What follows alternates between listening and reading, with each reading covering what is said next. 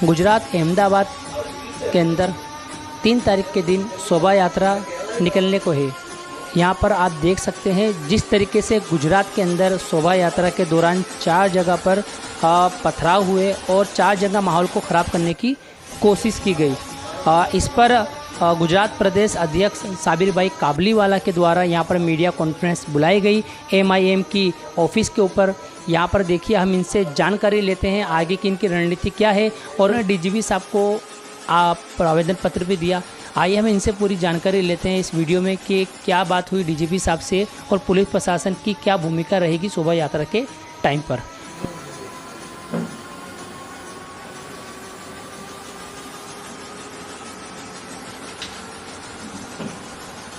पहले तो इतने शॉर्ट नोटिस पे आप लोग आए हो उसके लिए शुक्रिया। आज की जो प्रेस बुलाई गई उसके बारे में आपको जानकारी देनी है कि 5 अप्रैल को पेटलाद के बोरिया गांव में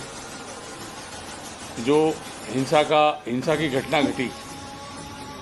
उसके बाद 10 तारीख को हिम्मतनगर और खंभात में कौमी दंगे हुए और 18 तारीख को बड़ौदा में हुआ। अब हम लोग 5 तारीख बोरिया गांव पे आते हैं, जिसमें पूरी मस्जिद में जितने लोग तरावी पढ़ रहे थे उनको पुलिस ने पुलिस स्टेशन पे ले लिया और जो डीजे के साथ वरघोड़ा निकला था उसकी मंजूरी भी नहीं ली गई थी और पुलिस ने मेजॉरिटी कम्युनिटी के लोगों पे कोई केस नहीं किया है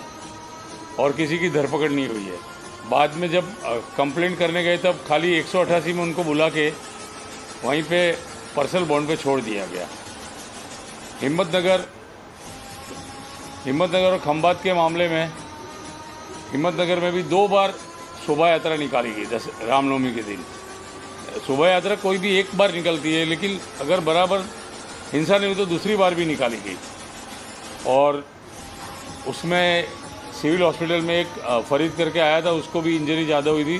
उसको हेमरेज था, ब्रेन हेमरेज जैसा कुछ उसको इंजरी थी और कई लोगों के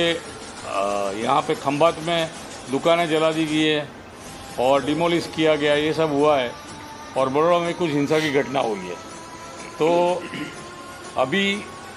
ये सब इन सब को देखते हुए, जबकि कानून व्यवस्था की जिम्मेदारी स्टेट गवर्नमेंट की है और स्टेट गवर्नमेंट ये जिम्मेदारी को निभाने में टोटली नाकाम रही है, ऐसा ये 4 इंसिडेंट के साथ हम लोग कह सकते हैं कि एक पक्षी और 1 साइडेड और टेंटेड इन्वेस्टिगेशन पुलिस कर रही है और मुस्लिमों को सिर्फ एक जनरल एक्सक्यूज है कि मस्जिद में पत्थर मारे थे। ये बात है नहीं, क्योंकि पुलिस कोई भी शोभा यात्रा का, रैली का रिकॉर्डिंग करती नहीं है ताकि उसको पता चले कि भाई किसने क्या किया है और सिर्फ मुसलमानों को एक्सप्लॉइट करने के लिए, विक्टिम बनाने के लिए ये सब कामगिरी होती है। और आने वाले 3 तारीख को जो परशुराम जयंती का दिन है और ओकेजनली और प्रेफरेबली उस दिन रमज़ान ईद का भी त्यौहार होगा और ये जो परशुराम जयंती जो मनाई जाएगी पूरे गुजरात के अलग अलग तहसीलों में, ज़िले में मनाई जाएगी, शोभा यात्रा निकलेगी। जहाँ तक अहमदाबाद का सवाल है, अहमदाबाद में ये यात्रा भोपाल से निकल के शिवरजनी, वासणा,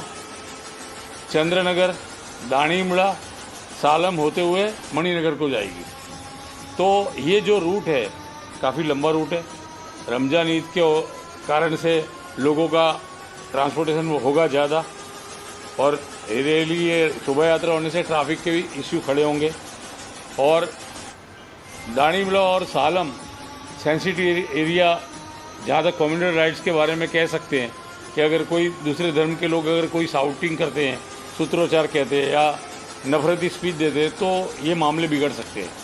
तो इसके लिए हमने कल DGP से मुलाकात की थी और DGP को हमने हमारा आवेदन भी दिया है और हमने ये कहा है DGP को कि हर बार लोगों को पुलिस स्टेशन जाना, कोर्ट में जाना, अस्पताल में जाना, उससे बेटर है कि आप कोई प्रिवेंटिव मेजर लो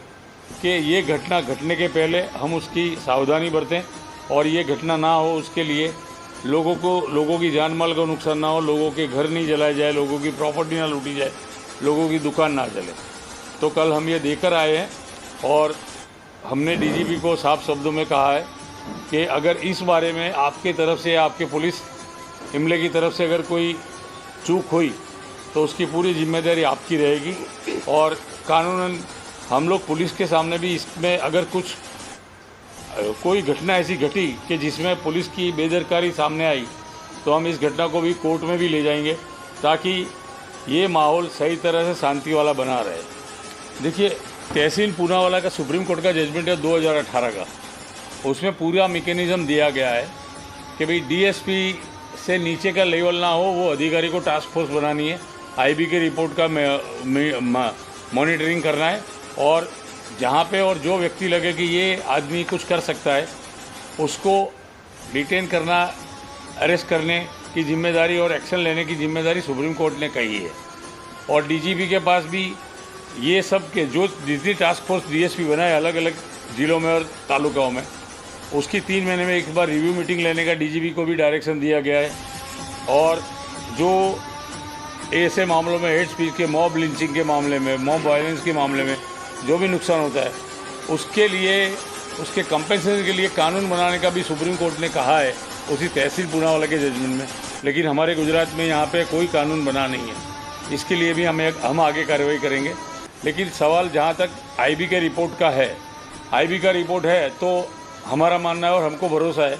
कि हमने कल मुलाकात की डीजीपी ऑफिस में और इसके लिए पूरे बंदोबस्त होंगे। हमने ये रिक्वेस्ट भी किया है कि भाई पूरा पुलिस बंदोबस्त हो और वहाँ जो सेंसिटिव एरिया है उसमें ज़्यादा पुलिस हो ताकि ये सब माहौल बिगड़े नहीं। अभी ऐसा है, मोडस ऑपरेंडी अभी के टाइम की ऐसी है। और रूलिंग डिस्पेंसेशन जो है बीजेपी का, जो 27 साल से राज्य में शासन है, उन्होंने ज़्यादातर उनकी वोट बैंक को कवर करने के लिए और बढ़ाने के लिए कम्युनल स्टेटमेंट का सहारा लिया है। और अभी गुजरात के कई छोटे छोटे कस्बों में ये जो हिंसा के मामले हो रहे हैं, कौमी हुल्लड़ जो हो रहे हैं, उसका ही रिफ्लेक्शन इसमें आने वाला है। और हम तो चाहते ना हो और पुलिस सही तरह से काम करे, क्योंकि कानून और व्यवस्था की जिम्मेदारी सरकार की है। तो आईबी का रिपोर्ट है, उसको सीरियसली गवर्नमेंट को लेना चाहिए, डीजीपी को लेना चाहिए और पूरे बंदोबस्त करने चाहिए।